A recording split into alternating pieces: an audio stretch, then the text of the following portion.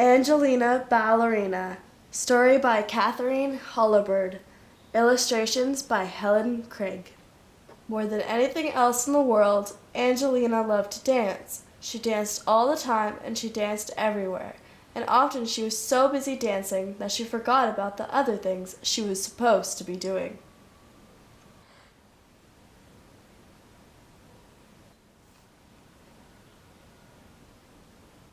Angelina's mother was always calling to her, "Angelina, it's time to tidy up your room now," or "Please get ready for school now, Angelina." But Angelina never wanted to go to school. She never wanted to do anything but dance. One night, Angelina even danced in her dreams, and when she woke up in the morning, she knew that she was going to be a real ballerina someday. When Mrs. Mousling called Angelina for breakfast, Angelina was standing on her bed doing curtsies. When it was time for school, Angelina was trying on her mother's hats and making sad and funny faces at herself in the mirror. "You're going to be late again, Angelina," cried Mrs. Mousling. But Angelina did not care. She skipped over rocks and practiced high leaps over the flower beds until she landed right in old Mrs. Hodgepodge's pansies and got a terrible scolding. At playtime, she twirled and spun across the playground so fast that none of the little boys in her class could catch her, and they were all very cross. After school, she did a beautiful arabesque in the kitchen and knocked over a pitcher of milk and a plate of her mother's best cheddar cheese pies. "Oh, Angelina, your dancing is nothing but a nuisance," exclaimed her mother. She sent Angelina straight upstairs to her room and went to have a talk with Mr. Mousling.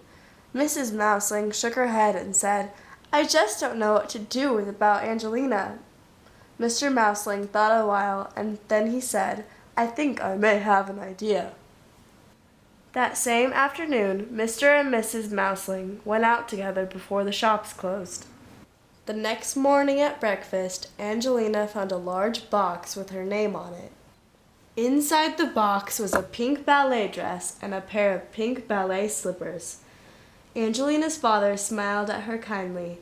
"I think you are ready to take ballet lessons," he said. Angelina was so excited that she jumped straight up in the air and landed with one foot in her mother's sewing basket.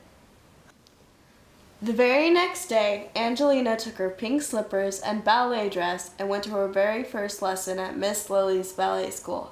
There were 9 of the little girls in the class, and they all practiced curtsies and pliés and ran around the room together just like fairies. Then they skipped and twirled about until it was time to go home. "Congratulations, Angelina," said Miss Lily. "You are a good little dancer, and if you work hard, you may grow up to be a real ballerina one day." Angelina ran all the way home to give her mother a big hug. "I'm the happiest little girl in the world today," she said.